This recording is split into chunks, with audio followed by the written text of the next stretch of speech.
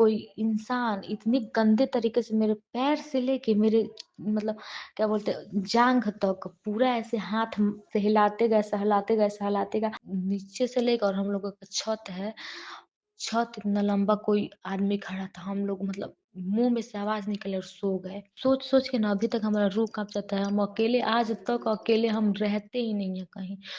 ऐसे करके बैठ गई थी, इतना लंबा लंबा बाल, मतलब परछाई था इतना लंबा लंबा, हम लोग के पैर के पास ही बैठ गए थे और हम ही लोगों की तरफ घूर रही थी। जय श्री राम दोस्तों, आप सभी का स्वागत है अक्षय वशिष्ठ चैनल पर।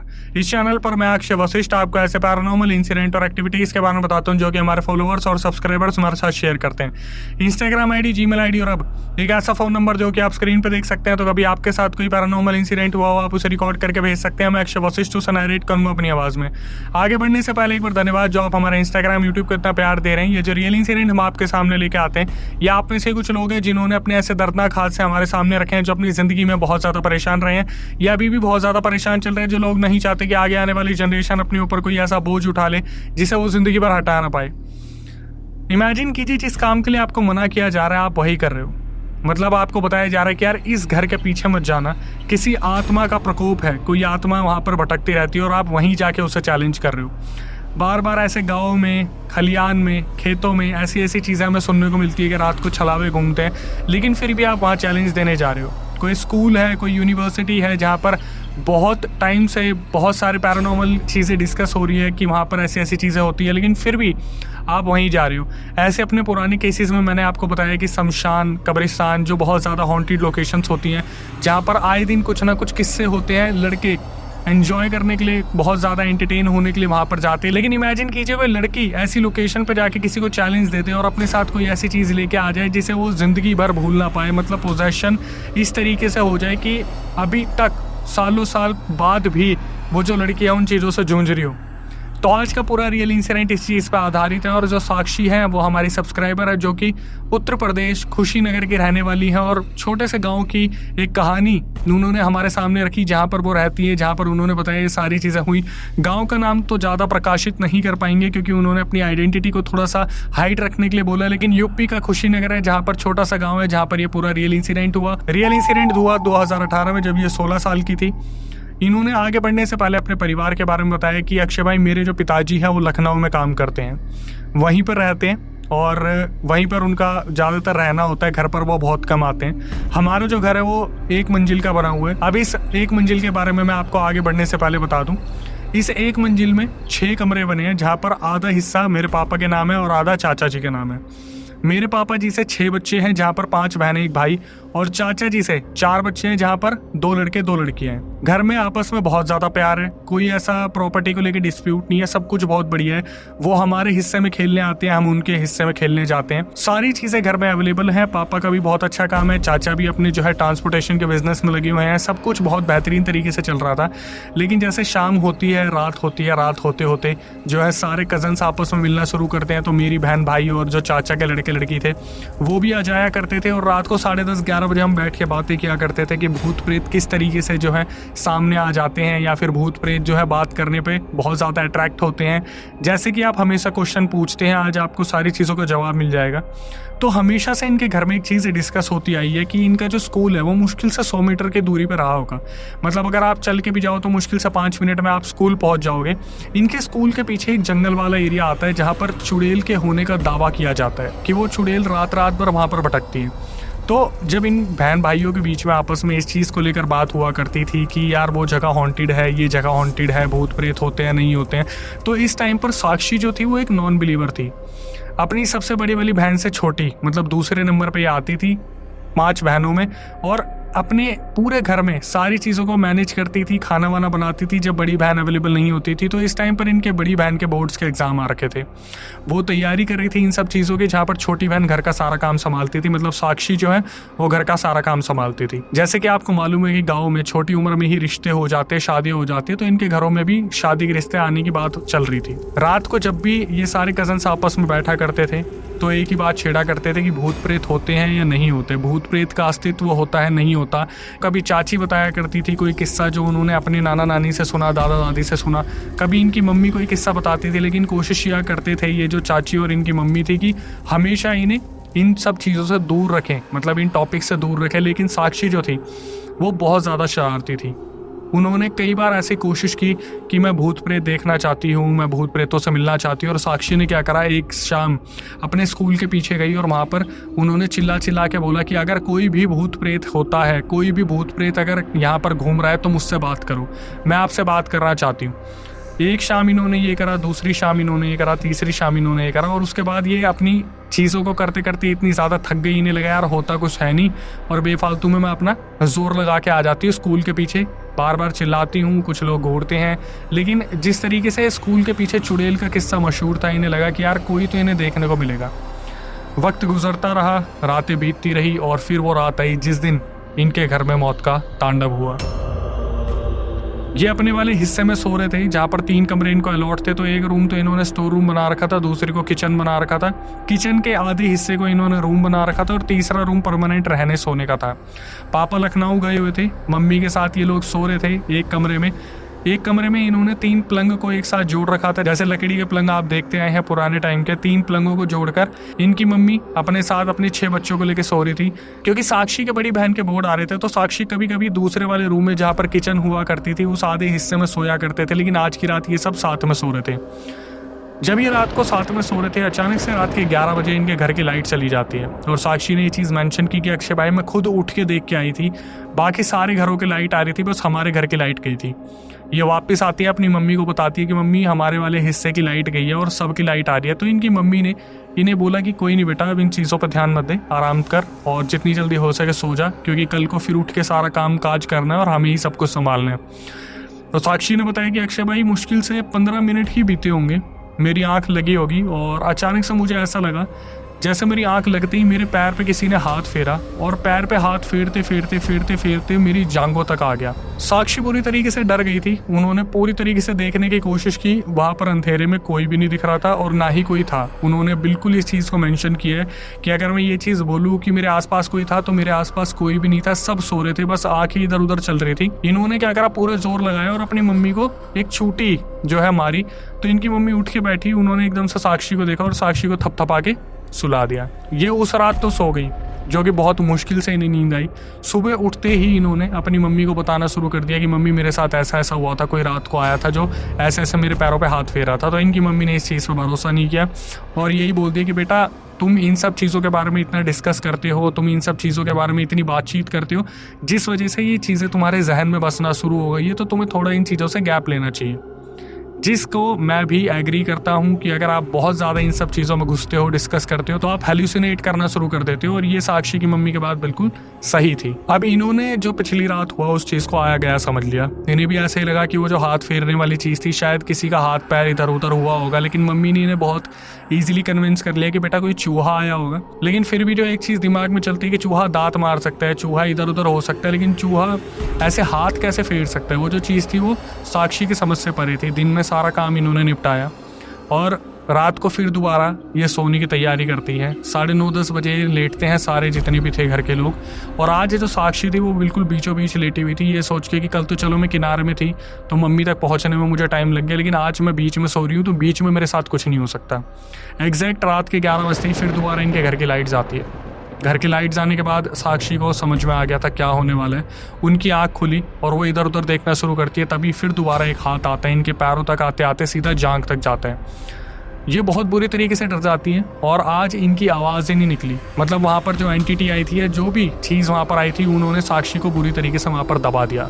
साक्षी कुछ भी नहीं बोल पाई। साक्षी ने उठने की बहुत कोशिश की, इधर उधर हाथ पैर चलाने की बहुत कोशिश की, लेकिन साक्षी दबी की दबी रह गई। पूरी रात साक्षी सोने के लिए इधर से उधर करवट बदलती रही, लेकिन वो जो हाथ था ऐसा लग रहा था उनको बहुत बुरी तरीके से परेशान कर रहा है। सुबह उठते ही साक्षी ने अपने घर पे सब कुछ बता दिया कि मम्मी मेरे साथ ऐसा ऐसा हो रहा है और आप इस चीज़ पर बिलीव नहीं कर रहे हो, मैंने रात को खुद महसूस किया। तो इनकी मम्मी ने बहुत बुरी तरीके से डांटा और ये चीज़ बोल दी कि अगर तुम अपने भाई बहनों के सामने इस तरीके की बात करोगे ना तो वो भी डरना शुरू हो जाएंगे। और साक्षी की मम्मी ने इस चीज़ को लेकर टारगेट किया कि एक बात बताओ, इतने सारे बच्चे सो रहे हैं आपस में, उनको कुछ क्यों नहीं हो रहा, तुम्हें ही सब कुछ क्यों हो रहा है। तो इन्होंने इस चीज़ को तो समझा कि मेरे साथ ही ये सब कुछ क्यों हो रहा है। इन्होंने क्या करा, जो इनकी बड़ी बहन थी जिनके बोर्ड एग्जाम आने वाले थे, उनसे ये चीज़ डिस्कस की कि दीदी मेरे साथ ऐसा ऐसा हो रहा है। तो इनकी दीदी ने बोला कोई नहीं, आज रात से वैसे भी मुझे बोर्ड एग्जाम की प्रिपरेशन करनी है, तो तू मेरे साथ लेट जाइए, और मेरे को नींद तो आनी नहीं है क्योंकि मेरे को रात भर पढ़ना है, तो मैं देखूंगी कौन तेरे को आएगा और छेड़ेगा।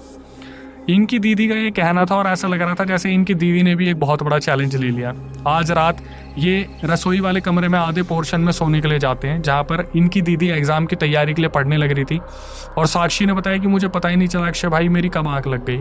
दीदी वहाँ पर पढ़ रही थी आराम से, और पढ़ते पढ़ते जैसे रात के 11 बजे तो लाइट चली गई, तो दीदी ने क्या करा, लालटेन वहाँ पर रख लिया और आराम से पढ़ती रही, और एक मोमबत्ती मेरे बगल में भी जला दी। तो वो मुझे भी देख रही थी, साथ साथ वो खुद भी पढ़ रही थी, कुछ रिवाइज कर रही थी शायद। वो रात के 1:30-2 बजे होंगे। उन्होंने जिस तरीके से मुझे मेंशन करा अगले दिन, उन्होंने क्या करा, माथे पे हाथ रखा और कब नींद आ गई उन्हें पता ही नहीं चला। तो जैसे साक्षी के साथ ये होता आया था कि साक्षी के पैरों पे कोई हाथ फेरता था, अचानक से इनकी बहन नोटिस करती है कि उनके गाल पे किसी ने हाथ फेरा, और गाल पे हाथ फेरते फेरते सर पे हाथ आया। ऐसे लगा जैसे कोई इंसान है जो कुछ बच्चलन हरकत करने की कोशिश कर रहा है, लेकिन जैसे नींद में आप होते हो तो आप उस चीज़ को पूरी तरीके से महसूस नहीं कर पाते। तो इनकी दीदी ने भी उस चीज़ को इस तरीके से समझ लिया कि जैसे मम्मी ने हाथ फेरा या कुछ ऐसे, लेकिन जो भारी आंखें हो रही थी पढ़ाई की वजह से, नींद आ गई इनकी दीदी को और इनकी दीदी सो गई। सुबह उठ के इनकी दीदी इनके पास आती है और बताती है यार साक्षी तू सही कह रही थी, कोई चीज़ तो है जो हमारे घर में आ गई है, कुछ तो हो रहा है। ये दोनों बहनें जाती है और मम्मी को बताती है कि मम्मी रात को ऐसा ऐसा हमारे साथ हुआ था। तो इनकी मम्मी ने बहुत डांटा और यही बोला कि तुम लोग पागल हो गई हो, तुम लोगों ने अपने दिमाग में इस चीज़ को बैठा लिया, और तुम्हारी यही चीज़ ना तुम्हारे भाई बहनों को आगे जाके बहुत परेशान करेगी। तो इन्होंने क्या करा, इस चीज़ को ठान लिया कि यार अब कुछ भी होगा तो हम भगवान का नाम लेंगे, लेकिन इस चीज़ से डरेंगे नहीं। क्योंकि ऐसा लग रहा था कि जैसे साक्षी ने ये चीज़ बोली तो उनकी बहन के जहन में बैठ गई, तो उनकी बहन के साथ भी ऐसा हुआ। लेकिन इन्हें ये नहीं पता था कि एक्चुअली में इनके घर पे कोई एंटिटी आ चुकी है जो अपना बदला लेने को तैयार है। और जो साक्षी ने चैलेंज लिया था, उसके बाद उनकी बड़ी बहन ने चैलेंज लिया था, उस चैलेंज को वो जवाब देने के लिए बिल्कुल तैयार थी। जब इन्होंने अपनी मम्मी से ये चीज़ डिस्कस की तो इनकी मम्मी ने एक बारी को सुना और बोला कि अगर कोई एंटिटी तुम्हें महसूस होती है तो वो 2 चीज़ों से बहुत ज़्यादा चिढ़ती है। एक तो अगर तुम गाली गलौज करो, और दूसरा अगर तुम कुछ गंदा उनके ऊपर लगा दो। मतलब मलमूत्र की बात चल रही है, तो ये बच्चे इतने छोटे थे कि मलमूत्र तो लगा नहीं सकते थे या कुछ ऐसा कर नहीं सकते थे। तो साक्षी ने सोचा कि इस रात अगर मेरे साथ कुछ भी होगा तो मैं गाली दूंगी। आज रात फिर दोबारा इनकी बहन जो थी बड़ी वाली, वो एग्ज़ाम की तैयारी कर रही थी, जहाँ पर जो साक्षी थी वो सोने की कोशिश कर रही थी। इनकी बहन ने क्या करा, एग्जाम की तैयारी करते करते ये बोला कि चल बहन हम नींद आ रही है, अपने वाले कमरे में चल के सोते हैं। तो इनकी बहन कॉर्नर में लेट गई और साक्षी को बीच में लिटा दिया।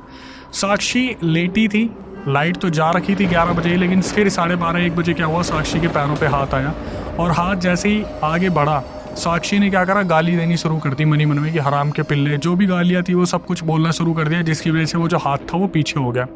ऐसा लग रहा था मम्मी का जो बताया उपाय था वो कारीगर था और वो चीज़ काम कर रही थी, लेकिन ये एक बहुत बड़ी शांति थी किसी तूफान से पहले की। साक्षी सुबह उठती है और वो बहुत ज़्यादा खुश थी कि फाइनली उनको एक ऐसा तरीका मिल गया जिससे उस एंटिटी से वो अपना पीछा छुड़ा सकती हैं। साक्षी ने पूरे दिन बहुत एंजॉय किया और जब वो रात को लेटी सोने के लिए तो वो बहुत खुश थी। उन्हें पता था अब कोई एंटिटी अगर आएगी हाथ लगाने के लिए तो मुझे सिर्फ और सिर्फ गाली देनी है। रात को जैसे ही साक्षी सोना शुरू करती है, रात के 11 बजे लाइट जाती है और लाइट जाने के बाद ये देखती है कि ऐसा लग रहा है जैसे कोई तो एंटिटी है जो इनके कमरे में आई है। सब सो रहे हैं, किसी का ध्यान नहीं है। ऐसा लग रहा है जैसे साक्षी को साक्षात वो एंटिटी दिख रही है और हाथ आगे आता है साक्षी की तरफ। साक्षी जैसे ही कुछ गाली देने की कोशिश करती है, गाली देते ही जो एंटिटी थी साक्षी को लगा वो वहाँ से चली जाएगी। उस एंटिटी ने घुमा के चाटा मारा साक्षी को।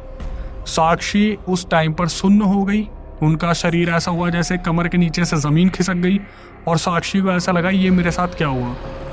बस वो बोलने की कोशिश ही करती, किसी एंटिटी ने उन्हें ऊपर बैठ के दबा दिया और पूरी रात साक्षी इसी तरीके से तड़पती रही। जब सुबह उठी तो उन्होंने अपनी दीदी को बताया कि दीदी मेरे साथ ऐसा ऐसा हो रहा है। उन्होंने अपनी मम्मी को बताया कि मम्मी मेरे साथ ऐसा ऐसा हो रहा है। तो उनकी मम्मी ने क्या करा, ये बोला कि कोई नहीं, आज रात में जग के देखूंगी तुम्हारे साथ, अगर कुछ ऐसा हो रहा है और नहीं हुआ तो फिर मैं तुम्हें बताऊंगी। तो साक्षी पिछली रात सोई नहीं थी, जैसे कि उनके साथ वो घटना हुई पूरी रात वो जगी रही थी, बहुत ज़्यादा परेशान हुई। तो उन्होंने दोपहर में सोने के बारे में सोचा। पिछली रात जो हुआ था वो सोच सोच के वैसे ही बहुत ज़्यादा परेशान हो रही थी। दोपहर में जब वो सोई तो घर वाले सारे आपस में बिजी थे। कुछ जो भाई बहन थे वो स्कूल गए हुए थे, कुछ जो थे वो चाचा चाची के हिस्से में खेल रहे थे, मम्मी जो थी वो रसोई में काम कर रही थी। जिस कमरे में साक्षी सो रही थी, अचानक से कोई चीज़ आती है कमरे में, भरी दोपहरी में साक्षी को उठाती और पलंग से फेंक के मारती है। साक्षी सोती सोती नीचे गिरी और एज इट इज़ उछल के वापस अपने बेड पे आके लेट गई। साक्षी जब उठी तो उनकी बॉडी में बहुत पेन था, उन्हें समझ में आ गया था किसी एंटिटी ने मुझे फेंक के मारा है। अच्छा, एक चीज़ जो मैं आपको आगे बढ़ने से पहले बता दूं कि साक्षी की जो हेल्थ थी उसमें बहुत सारे चेंजेस आने शुरू हो गए थे। जिस पहली रात से साक्षी को वो हाथ लगा था भूत प्रेत का, जो भी एंटिटी थी, उनकी पीरियड साइकिल बुरी तरीके से बिगड़ गई थी। साक्षी ने ये जो दोपहर में हरकत हुई अपनी मम्मी को बताई कि मम्मी किसी एंटिटी ने, मतलब कोई एक चीज़ आई थी जिसने मुझे पलंग से फेंका और वापस पलंग पर उठा के रख दिया। इनकी मम्मी को लग रहा था यार कुछ ना कुछ तो गड़बड़ है, तो वो एक मंदिर में गई और वहाँ से एक धागा लेके आई, जो धागा इन्होंने साक्षी को दे दिया और साक्षी को बोल दिया इसे उतारना मत, मैं पंडित जी से लेके आई हूँ। साक्षी बहुत खुश थी। अगली 2 रातें साक्षी की बहुत सुकून से गई, उनके साथ कुछ भी नहीं हुआ। ऐसा लग रहा था जो भी चीज़ आई थी उसने बैक स्टैप कर लिया और वो साक्षी की ज़िंदगी से वापस चली गई है। 2 दिन बाद साक्षी की जो छोटी बहन थी उनकी तबीयत बहुत ज़्यादा ख़राब हो जाती है। उनके कान में कुछ अजीब सी दिक्कत होती है, जैसे कोई कीड़ा घुस गया था या फिर कोई कुछ प्रॉब्लम हुई, जिसकी वजह से साक्षी की मम्मी उनकी बहन को और बाकी 2-3 जो छोटे बच्चे थे उनको लेके लखनऊ चली गई। अब घर में रह गए साक्षी की बड़ी बहन साक्षी, क्योंकि साक्षी की बड़ी बहन के बोर्ड आने वाले थे। तो रात होती है जब साक्षी ने क्या करा, अपनी जो बगल वाली चाचा की बड़ी वाली लड़की थी उनको बुला लिया अपने साथ सोने के लिए कि बहन हम अकेले होंगे तो प्लीज़ हमारे साथ सो जा।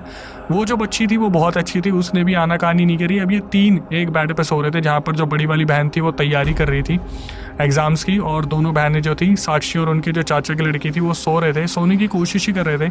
अचानक से 11 बजे इनके हिस्से की लाइट चली जाती है। तो जो बड़ी वाली बहन थी वो शाम को 6 बजे से पढ़ने लग रही थी। उसने बोला कि ठीक है मैं भी थोड़ी देर आराम कर लेती हूँ, मैं भी थोड़ी देर नींद ले लेती हूँ। और ये देखते इनकी किचन में जो टॉर्च रखी थी वो टॉर्च अचानक से जलती है, ऑन हुई अपने आप, वहाँ से लाइट आई और ये आपस में तीनों डिस्कस करते कि तुम लोग देख रहे हो, वो टॉर्च अपने आप ऑन हो गई। तीनों बुरी तरीके से डर गए थे।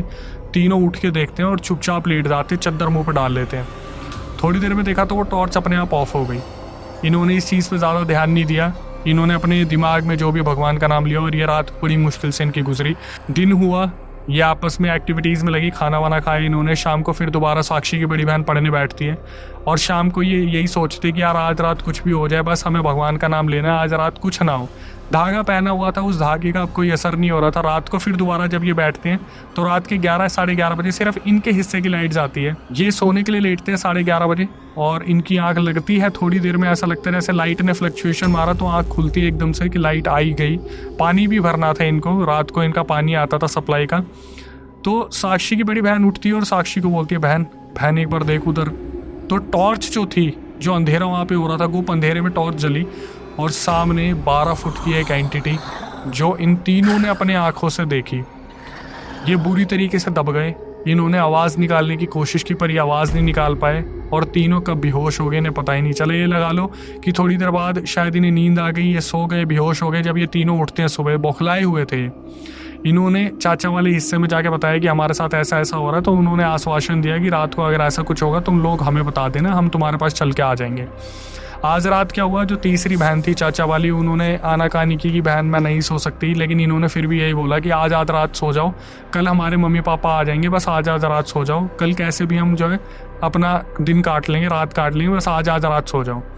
आज रात जब ये तीनों बहनें सोने लेटती हैं, एग्जैक्ट 11:30 बजे इनकी लाइट ऑफ होती है, घर की लाइट गई और ये लोग, जैसे होता है ना कि आप सो रहे हो और अचानक से ऊपर नज़र आती है, तो बगल में एक जंगला था। उस जंगले में इनकी नज़र पड़ती है और वहाँ पर कोई औरत बैठी थी, बाल लटकाए लंबे लंबे, और वो और कोई नहीं थी, वही चुड़ैल थी जिसके बारे में इन्होंने सुना था कि स्कूल के पीछे वो दस्तक देती है। जो साक्षी ने इनविटेशन दिया था, जो चैलेंज दिया था, एंटिटीज़ इनके घर पे आ गई थी और ये चिल्ला के उठे, सीधा घर के बाहर भागे चाचा वाले हिस्से में। वहाँ पर जाके बताया तो सबने आके देखा तो उस टाइम पर वो चुड़ैल, वो एंटिटी वहाँ पर नहीं थी। तो ये जो चाचा जी ने इनका डर देखा तो उन्होंने क्या करा, अपने बड़े वाले लड़के को इनके पास सोने के लिए भेजा और ये रात बड़ी मुश्किल से इनकी कटी। रात को सोने से पहले साक्षी ने अपने मम्मी पापा को फ़ोन करा और फ़ोन करके सब कुछ बता दिया कि हमारे साथ ऐसे ऐसे हो रहा है, हमने उस चुड़ैल को भी देखा। लखनऊ से पापा मम्मी बच्चों को लेके सीधा आते हैं और बहुत डांट मारते हैं इन लोगों को कि तुमने घर का माहौल इतना बिगाड़ रखा है, तुमने इस तरीके से चीज़ें कर दी है कि भूत प्रेत नजर आ रहा है, ऐसा है वैसा है। इस रात क्या हुआ, एक कमरा छोड़ा हुआ था, जो रसोई के बगल वाला आधा हिस्सा था, वहां पर एक बेड लगा हुआ था सोने के लिए। उस रात सब एक साथ सोए। तो इनके मम्मी पापा ने भी रात को इस चीज़ को महसूस किया कि वो जो रसोई वाला कमरा है जो आधा पार्टीशन है उसमें जो बेड है वो अपने आप हिल रहा है, खड़ खड़ खड़ खड़ खड़ खड़ खड़ खड़ खड़ इस तरीके से एक्टिविटी हो रही है। और थोड़ी देर में रात के 3 बजते ही ऊपर से सिलेंडर घूमने की आवाज़ आ रही है, पायल छन छनाने की आवाज़ आ रही है। और ये सुनने के बाद जो मम्मी पापा थे साक्षी के, वो भी समझ गए कि हमारे घर में कुछ गलत हो रहा है। जब ये सुबह उठे, इन्होंने अपने बच्चों से बात की तो बच्चों ने बताया कि रात को उन्हें भी आवाज़ आई थी। तो दोनों भाइयों ने, मतलब साक्षी के पापा और उनके चाचा ने डिस्कस करा इस बारे में। और शायद वो पता नहीं किसी पंडित से बाहर से मिल के आए, जिन्होंने शायद इन्हें बताया कि तुम्हारा जो रसोई वाला कमरा है वहाँ पर वो एंटिटीज रहती हैं। तो सबसे बढ़िया सॉल्यूशन जो इन्हें दिया, उस कमरे को लॉक कर दो और आप निश्चिंत होकर रह सकते हो। उस कमरे में कोई भी दिक्कत होगी तो वो उसी कमरे में रह जाएगी। ऐसे ही इन्होंने करा।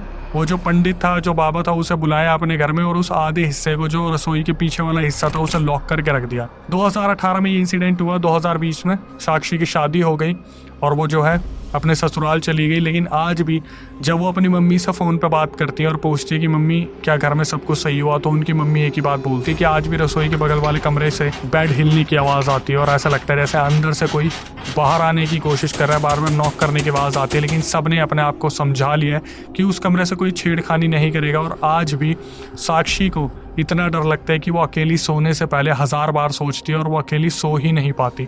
उनके जहन में ये चीज़ इस तरीके से बस गई है और वो माफ़ी चाहती है अपने परिवार से। उन्होंने माफ़ी मांगी क्योंकि पता तो चल ही गया था कि साक्षी ने जिन एंटिटीज़ को दावत दी है, मतलब जिस तरीके से स्कूल के पीछे जाकर उन्होंने चिल्लाया कि अगर कोई है तो मुझे महसूस करवाए, वो वही एंटिटीज़ है जो साक्षी की वजह से साक्षी के घर में आ गई। और उन्होंने ये चीज़ रिक्वेस्ट की सारे व्यूअर से कि वो हाथ जोड़ के रिक्वेस्ट करते कि कोई ऐसी गलती ना करे जिनकी वजह से आपके पेरेंट्स बहुत ज़्यादा परेशान हो जाए। आप इमेजिन कीजिए इस वीडियो को अभी आप देख रहे हो और आपको पता चले आपके ही बगल में कोई आपकी बुलाई एंटिटी बैठ के आपको देख रही है, बस इस इंतजार में कि कब अक्षय भाई की वीडियो बंद होगी और कब इस पर छलांग लगानी है। जो चीज़ें साक्षी के साथ हो रही हैं वो साक्षी अभी तक झेल रही है।